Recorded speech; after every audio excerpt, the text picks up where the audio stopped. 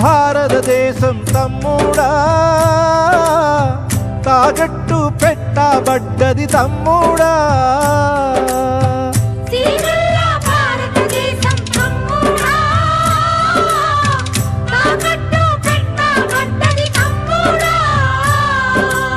చదువుకున్న తమ్ముళ్ళంతా భవిష్యత్తు కానారాక బందిపోటు దొంగల్లాగా దారిదోపిడి చేస్తున్నారు. దేశాన్ని ఏలే నేతల తమ్ముడా, ఈ నేరాలకు సృష్టికర్తలు తమ్ముడా.